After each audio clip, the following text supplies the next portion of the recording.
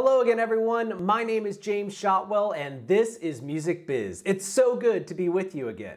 Today, we're talking to Saving Vice, a band from Vermont, about a recent touring incident that jeopardized their career and caused headlines all over the world. Now let me catch everyone up. Saving Vice is one of multiple bands who were due to support rapper Lil Xan on his Born Dead US headlining tour. And in late May, the group left their home in Vermont to travel all the way to Dallas to start the tour. And all the other bands did the same. They left their hometowns and traveled to start the tour. After they had arrived in Dallas, where they were set to kick off the tour with performances at the So What Music Festival, they learned via social media that Lil Xan was no longer performing. That's right, the headliner for the tour that they were about to embark on wasn't going to be there, and he hadn't bothered to tell any of the bands until they had already left their hometown. It was put all of them in severe debt and left them with no real options as to what to do next. Now, as word about what happened began to spread across social media, many artists and music professionals came to the defense of these artists. After all, it's pretty terrible to leave a bunch of musicians who are already suffering as a result of the pandemic high and dry without a 3-week tour that you would promise them. Thankfully, a lot of people got behind Saving Vice and the other groups, and they've started to rebook these tour dates. So in a matter of days, the band went from one of the biggest opportunities of their career to being stuck in Texas with a blown transmission and no shows what's to speak of, to having a handful of dates that are going to put them back on the right course. More importantly, they also were able to start a GoFundMe to raise money to fix that transmission and get themselves back on the road. And that's the kind of story that we love to hear about in the music business. Artists helping artists, fans helping artists, people coming together to support hardworking musicians. And you're going to see that interview right now. Okay, I'm going to put 5 minutes on the clock right now. Let's start. Tell me when you found out what happened this week.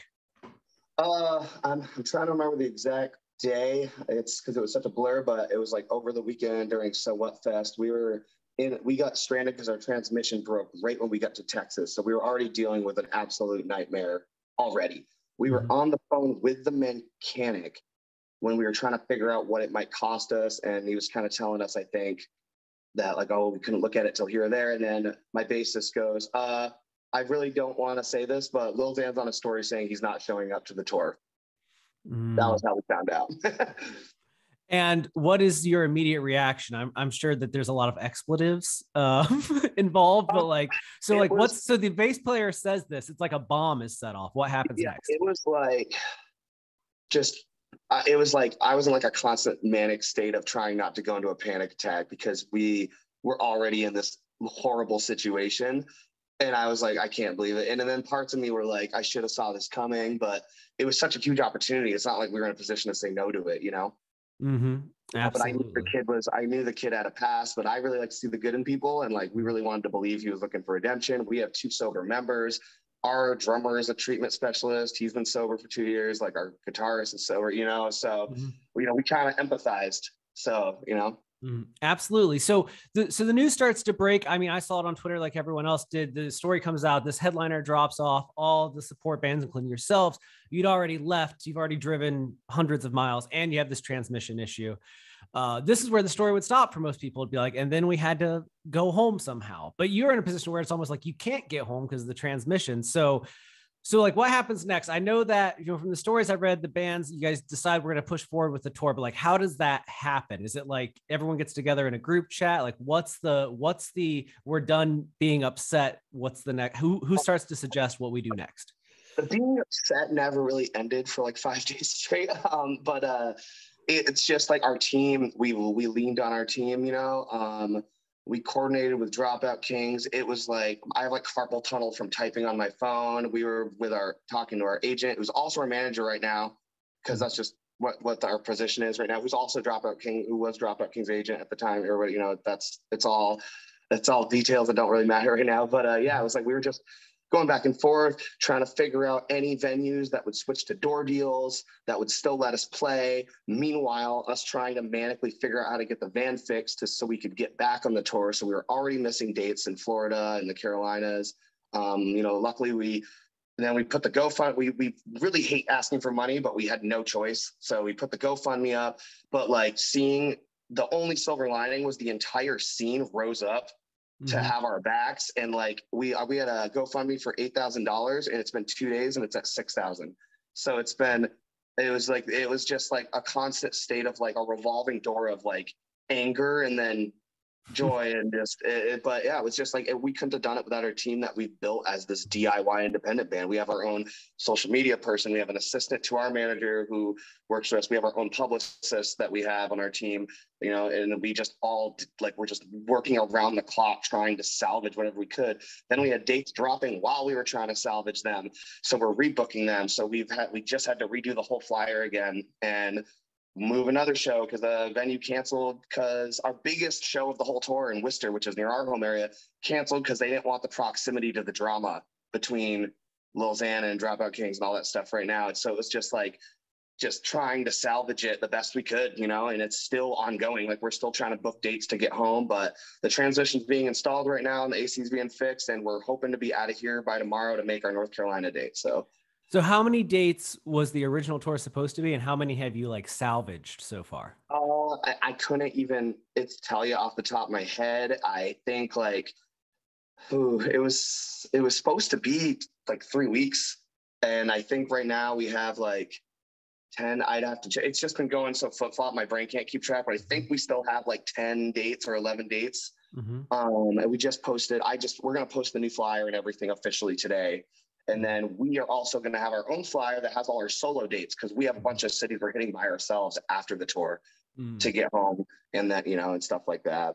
Well, it's really impressive to see how you recovered. I'm almost out of time with you, but I'm curious, you know, there's a lot of things that have happened here. People are still writing about it. You guys have given this unique opportunity where people are covering your band that probably haven't given you much attention before because of this drama. And what I find impressive is that for the most part, it seems like everyone involved has seen the opportunity for what it is and not been like, let's not get marred down in the drama. It's been more about like, let's promote the shows, the bands, the music, let's talk about it.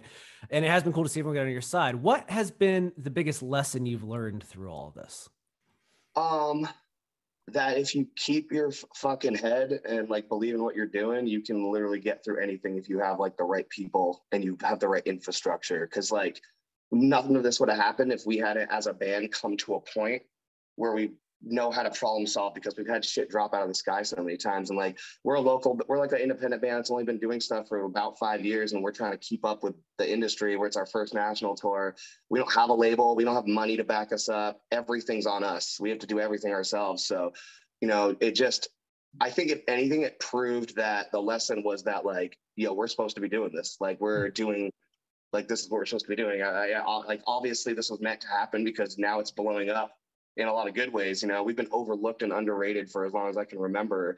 And it's like, I think I guess I would say my takeaway is you literally have to have drama or trauma for anyone to really give a shit about you sometimes. But hey, you know, it got people kind of seeing us, and I think everyone's finally recognizing how hard we work to earn how far we got. And that's what I'm trying to take away from it, you know? Absolutely. Well, I thank you for taking the time. We hit our 5 minutes a little bit ago, but it's more than okay. Hopefully you had fun. Everyone can catch up with what you guys are doing. We'll post links to everything below, but thank you for taking the time today.